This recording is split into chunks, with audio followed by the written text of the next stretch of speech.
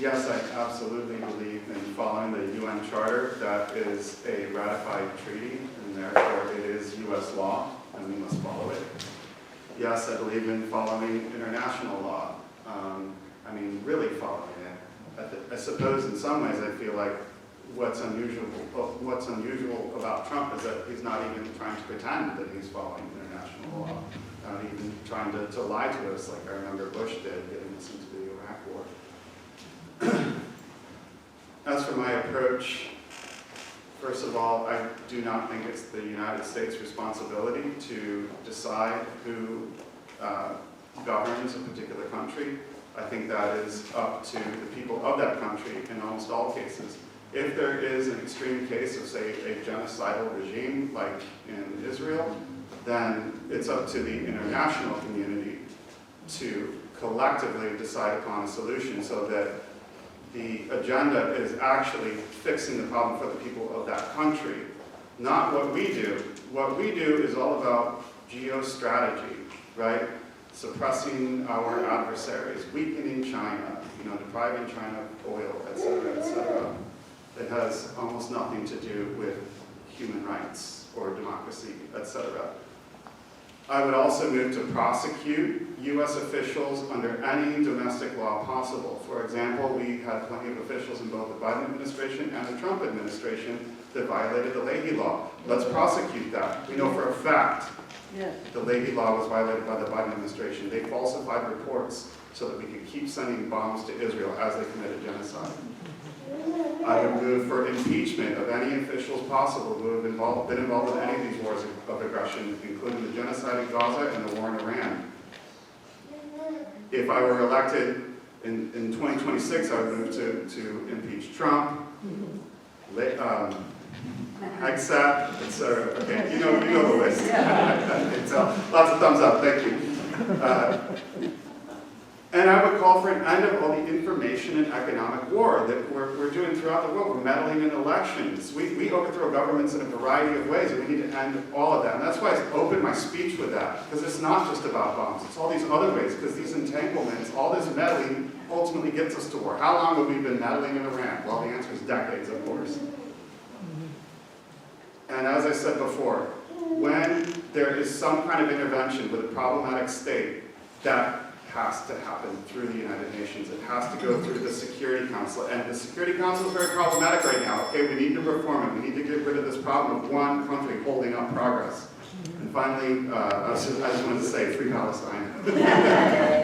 This question is about support for Netanyahu and the Israeli government. The United States has provided Israel with over $21 billion in military aid since October 7th, 2023, without conditions. To what extent do you believe that we have an obligation to arm Israel and to tie our actions to Israeli interests? So first, I support an arms embargo on Israel. That means not just no military aid to Israel, but no sale of weapons. I call for an end of apartheid, which is to say, establishment of democracy in Palestine. And I think this can only be accomplished through the United Nations and international pressure, similar to what was accomplished with South Africa just a few decades ago. AIPAC and other Israel lobby entities need to be registered as foreign agents. And we cannot allow this lobby to distort our elections, to distort our governments. Our so-called representative, Jimmy Panetta, is controlled by the Israel lobby. We know that Donald Trump is controlled by the Israel lobby. It seems like our entire government is that way. And I want to make very clear that I don't believe I'm being anti-Semitic in saying this. I'm being anti-Zionist. I do not oppose Judaism. I oppose the state of Israel. I want a democratic region. I want a democratic Palestine or a democratic Israel. I don't care what name it's given. It needs to be democratic.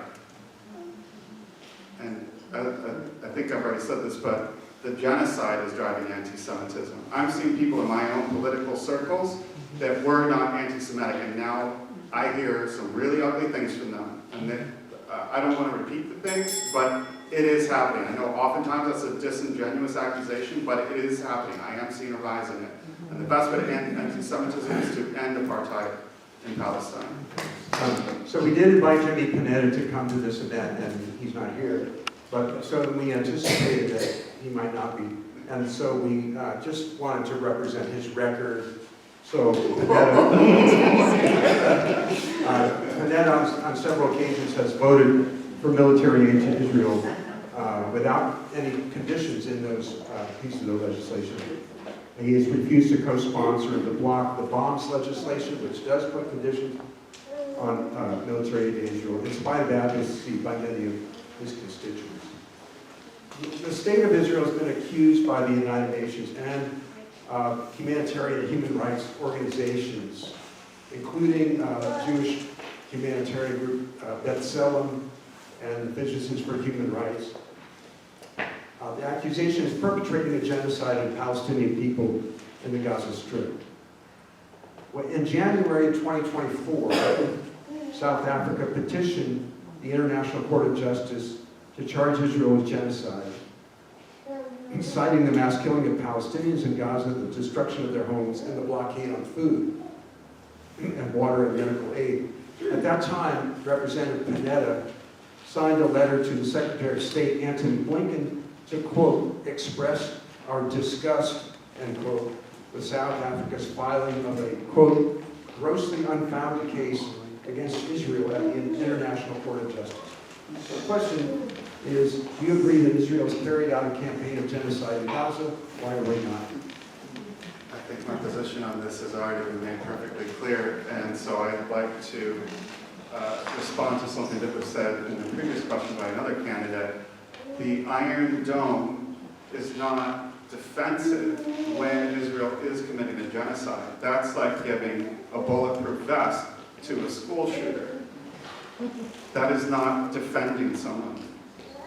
So this question is about West Bank violence and what do we do about it. For decades, the United States has supported UN resolutions that Jewish settlements in the West Bank are illegal and must be stopped. The West Bank is home to more than 3 million Palestinians. It's been under Israeli military occupation since 1967. In 2024, the International Court of Justice declared this occupation to be in violation of international law. Palestinians are subjected to regular raids, destruction of crops, home and school demolitions, and physical attacks coming from both the Israeli military and Israeli settlers with no impunity. There's a Ceasefire Compliance Act of 2026. It states that the current ceasefire in Gaza, if the current ceasefire in Gaza is broken, or if Israel attempts to annex the West Bank, U.S. military weapons may not be used in Palestinian territories. The question is, are you on this first?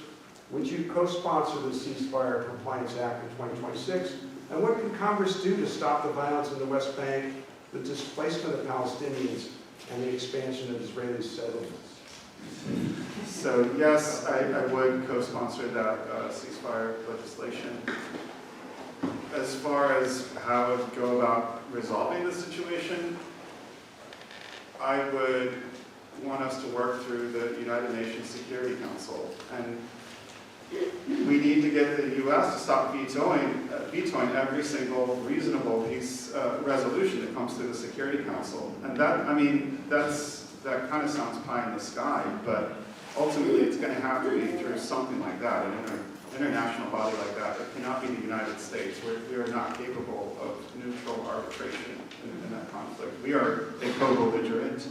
So we're going to have to get some reasonable people in the Security Council, and I don't know, maybe that's going to take until 2028, but I think that's what it's going to take. Just to catch up with Jimmy Panetta's record on humanitarian aid, in 2024, Panetta voted to ban funding for the UN Refugee Agency. And most recently, in January of this year, I voted to continue that ban.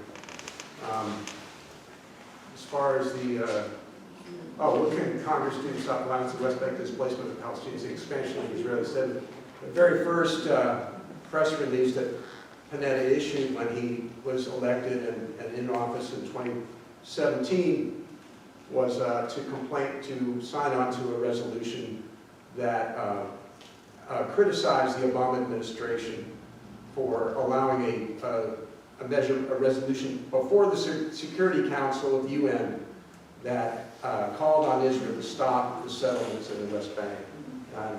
Apparently Representative Panetta did not align with the Obama administration on that. U.S. nuclear weapons policy.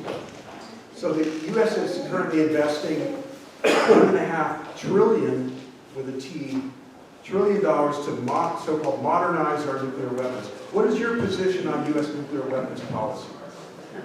Well, I certainly don't support growing our arsenal. We need to be dramatically shrinking it. Something like 150 nuclear explosions could end humanity because of all the dust that it kicks up, right? And you have a nuclear winter, and then the plants don't grow, and then we all die.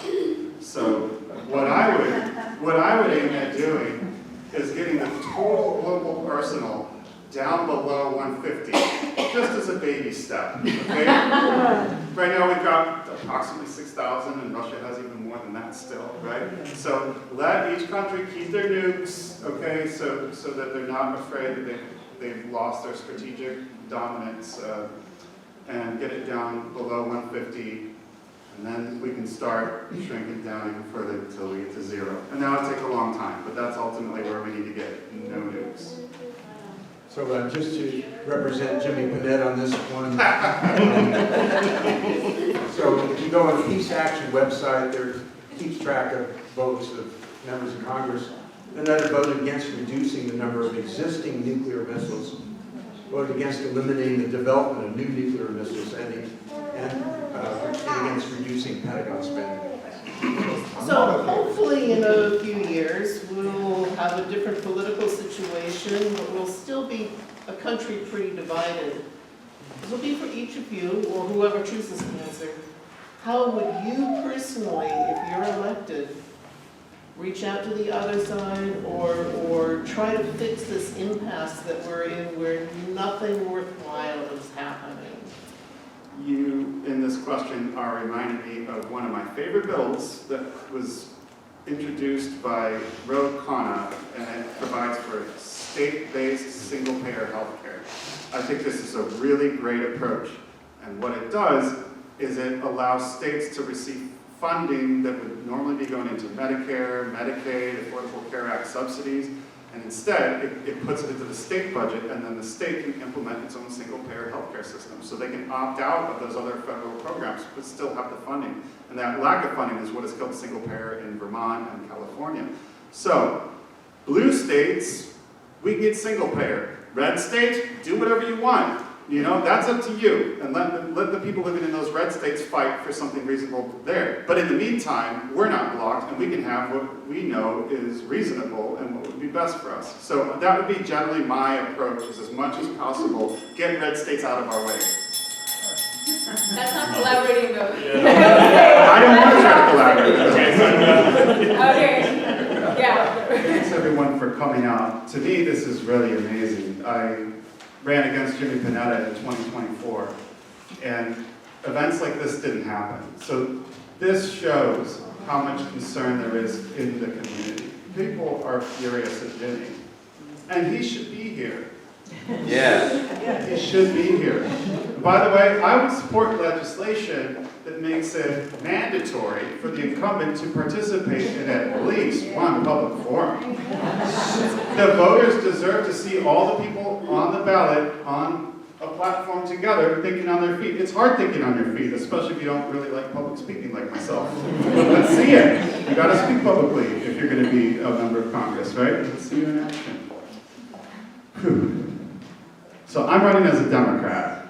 I'm the only Democrat running against Jimmy. We're in a deep blue Democrat district. If you are opposed to Jimmy Panetta, I am your best bet to get into the general election to challenge him if you like views that are on the broad left.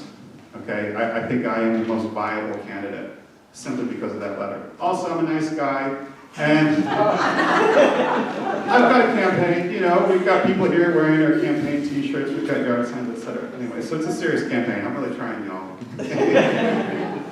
But I'm going to be a fighter. I hope you got that from my comments. you know, it was all off the cuff, and, you know, maybe I didn't use a lot of nuance, because I'm just so angry, and I'm gonna go to DC, and I'm gonna fight like hell, and I'm gonna make people really uncomfortable, and maybe embarrass myself a little bit, but I'm gonna go there and fight like hell, I promise you. So I'm running so that we have representation for us, not big donors, for us, not the empire. And if you like the things that I've had to say, please go to seanforcongress.org. And come talk to me after this. Nobody ever talks to me. Come on, talk to me.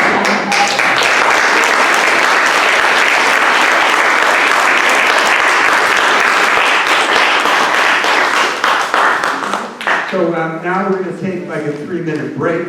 And My website is seanforcongress.org. SEANFOR Congress.org.